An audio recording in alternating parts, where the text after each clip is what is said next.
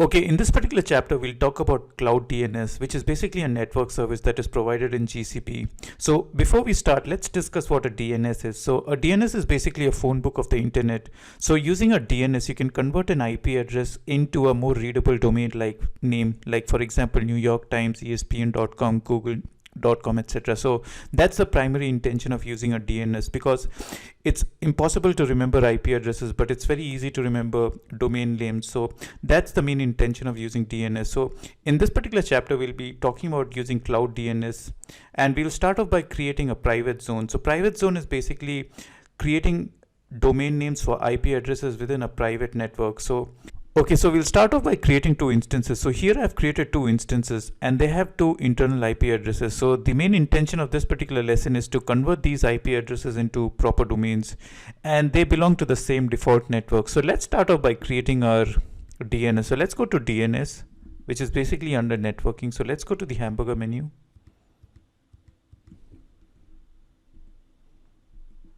And under networking, and under network services, you can find your Cloud DNS. So let's open this. Okay, so what we need to do is we need to create a zone. So let's click on create zone.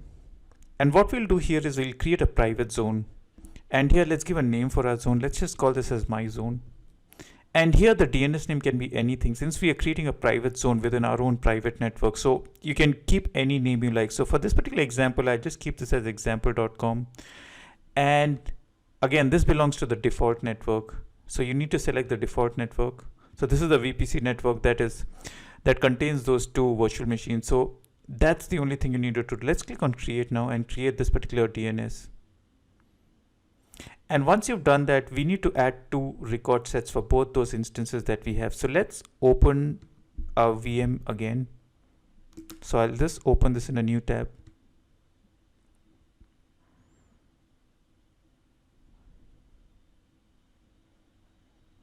And all I need to do is I just need to copy this internal IP. So let's click on add record set here. And let me call this as instance 1. And all that I need to do is I just need to paste that particular private IP address, and let's click on create. And similarly, I'll add another record set for my instance 2. So I'll just call this as instance 2. And similarly, I'll just paste this internal IP address. And let's click on create. So now I can access both these IP addresses, that is these two internal IP addresses, using these particular domain names, that is instance1.example.com or instance2.example.com. So let's do that. So let's go back to our instance and let's click on SSH.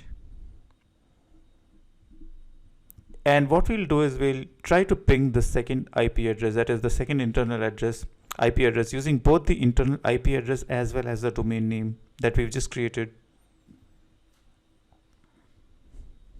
So let's start off by pinging the IP directly. So that is 10.128.0.17.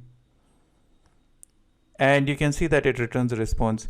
And similarly, we'll again ping, and this time we'll ping using the domain name that we just created. So it'll be instance2.example.com.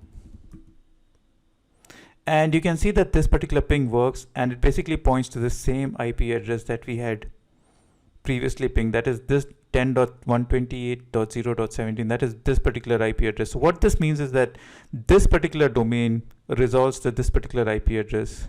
And similarly, this would work for the other case as well. So if you were to log into instance 2 and ping instance 1 using this particular IP address or the domain name instance1.example.com, it would work as well. So that's it for this lecture. So in this lecture, you saw on how you can create your private DNS. So in the next lecture, we'll talk about public DNS. So I'll see you there.